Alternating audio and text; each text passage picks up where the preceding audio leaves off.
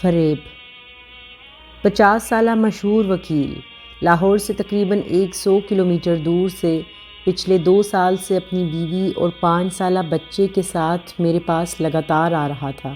موصوف گفتگو کے آرٹ سے بخوبی واقف تھا، الفاظ کا چناؤ، لفظوں کی جادوگری خوب جانتا تھا، بڑی شائستہ گفتگو کرتا۔ آپ دنیا کے کسی بھی موضوع پر گھنٹوں بات کر سکتے تھے۔ اپنی اسی مہارت زبان کی کمائی خوب کھا رہا تھا۔ گفتگو کی مہارت کی وجہ سے وکالت بھی خوب چل رہی تھی۔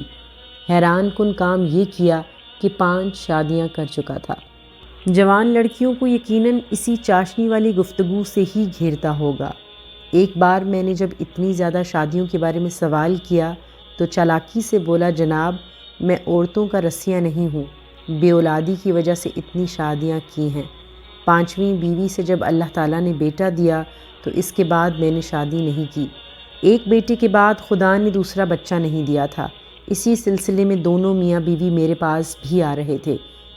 گفتگو کی جادوگری کی وجہ سے میرے بھی قریب ہو گئے تھے۔ جب بھی موقع ملتا میری مدح سرائی کرتے، تصوف، روحانیت پر بھی گفتگو کر لیتے، اپنی سخاوت کی بھی خوب چرچے کرتے۔ کبھی تو لگاتار آتے، کبھی درمیان میں مہینوں غائب ہو جاتے۔ آج بھی کئی مہینوں بعد آئے تھے۔ آج نہ تو ان کی آنکھوں میں ذہانت، چالاکی چمک رہی تھی اور نہ ہی چہرے پر بھرپور زندگی گزارنے والے وکیل صاحب تھے، لیکن آج تمام رنگوں سے دور بلیک اینڈ وائٹ تصویر بنے، پیکر لاچارگی، بے بسی، پریشانی، درماندگی زندہ لاش کی طرح بیٹھے تھے۔ میں اس ناخوشگوار تبدیلی پر بہت حیران تھا، کیونکہ مجھے ہمیشہ سے ہی زندگی سے بھرپور لوگ بھاتے ہیں، جو ہر حال میں رب کریم پر خوش اور صابر رہتے ہیں۔ شاکر لوگوں کے چہروں پر ایک خاص قسم کا روحانی، سکون آمیز تبسم ہوتا ہے، جو ان کی باطنی خوشی، اطمینان کا اظہار ہوتا ہے، جو زندگی کے نشیب و فراز میں ہمیشہ مسکرا کر زندگی کے مسائل کا مقابلہ کرتے ہیں۔ لیکن آج وکیل صاحب اجڑے گلشن کی تصویر پیش کر رہے تھے، جو ہمیشہ استری شدہ، مایا لگے سفید لٹھے اور سیاہ واسکٹ میں ملبوس ہوتے تھے، آج کئی دن پرانے سلوٹوں والے کپڑوں میں، شیو کئی دن کی بڑھی ہوئی، بالوں میں کلر بھی نہیں لگا ہوا تھا، ایک دم بوڑھے نظر آ رہے تھے۔ وکیل صاحب کی اس قدر ناخوشگوار تبدیلی نے مجھے فوری طور پر ان کی طرف متوجہ کر دیا۔ میں سب کو چھوڑ کر وکیل صاحب کی طرف بڑھا اور جاتے ہی پوچھا، وکیل صاحب خیر ہے؟ آپ نے اپنی یہ کیا حالت بنا رکھی ہے؟ سب ٹھیک ہے نا؟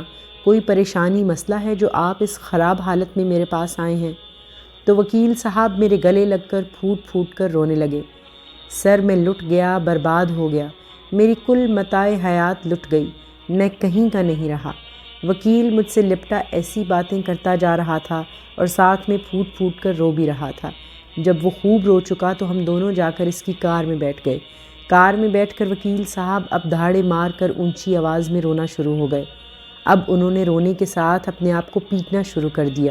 میں حیران پریشان وکیل صاحب کی حالت دیکھ کر پریشان ہو رہا تھا کہ وکیل صاحب کے ساتھ ایسا کون سا واقعہ، حادثہ ہو گیا جو مضبوط، طاقتور، چالاک، ذہین ترین انسان بے بس کمزور بچوں کی طرح رو رہا تھا۔ میں نے حوصلہ دیتے ہوئے کہا، جناب آپ پریشان نہ ہوں، کچھ نہیں ہوتا، اللہ سب بہتر کرے گا۔ آپ جس مسئلے پر رو رہے ہیں اللہ تعالیٰ سب اچھا کر دے گا۔ تو وکیل صاحب روتے ہوئے بولے، جناب اچھا ہی تو نہیں ہو سکتا، میری پریشانی کا کوئی حل اس دنیا میں موجود نہیں ہے۔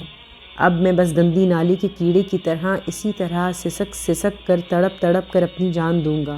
دنیا بھر کے خزانے، دولت، جاگیریں، بادشاہی مل کر بھی میری پریشانی کو دور نہیں کر سکتے۔ میرے غم کا پہاڑ جو میری سانس کی نالی پر لٹکا ہے، یہ اسی طرح رہے گا۔ میں اب اس غم، دکھ، پریشانی، پچھتاوے، بے بسی کے پہاڑ کے نیچے اسی طرح سسک سسک کر جان دوں گا۔ میری زندگی کے اچھے دن رخصت ہو گئے، اب میں بربادی، پریشانی کی چتا پر جھلس جھلس کر مروں گا۔ کوئی میری مدد نہیں کرے گا، نہ ہی کوئی کر سکتا ہے۔ وکیل صاحب مسلسل پریشانی، مایوسی کی باتیں کر رہے تھے، ساتھ میں دھاڑے مار کر رو بھی رہے تھے۔ میرے حوصلہ دینے کی الفاظ اس کی سماعت سے ٹکرائے بغیر ہی ہوا میں تحلیل ہو رہے تھے۔ میں پریشانی، بے بسی کی تصویر بنا ان کو روتے پیٹتے دیکھ رہا تھا اور سوچ رہا تھا کہ وہ کون سا غم، پریشانی ہے جس کا اس دنیا میں اب کوئی بھی علاج نہیں ہے۔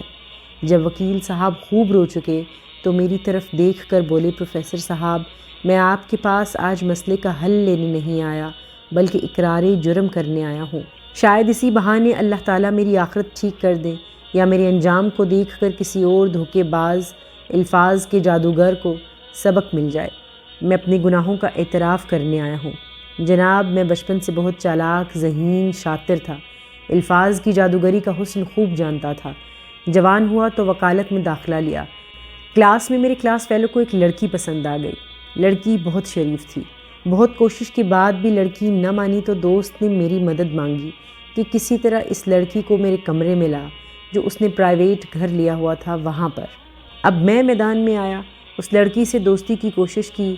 الفاظ کی جادوگری سے میں جلد ہی اس معصوم کو اپنے جال میں لے آیا، اپنی محبت میں گرفتار کیا۔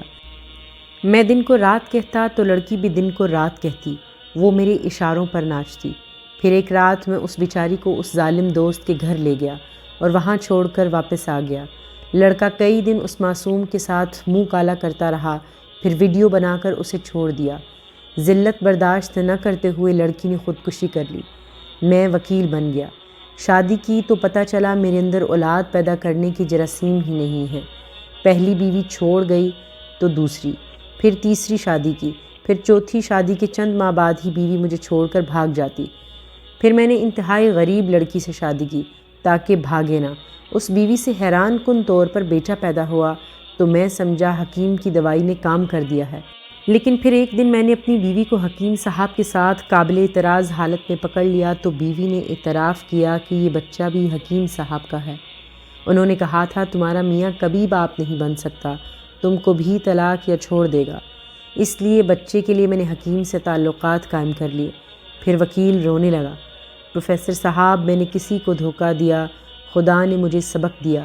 جب مجھے پتہ چلا میں بیوی کو طلاق دے کر شہر چھوڑ آیا ہوں۔ دن رات شرمندگی بے بسی کی دوزخ میں جلتا ہوں۔ میری سزا کا عمل دنیا میں ہی جاری ہو چکا ہے۔ جو جوانی، طاقت، گفتگو کے غرور میں کسی کو دھوکہ دیتا ہے، فطرت، خدا پھر اس کو زندہ لاش بنا دیتا ہے۔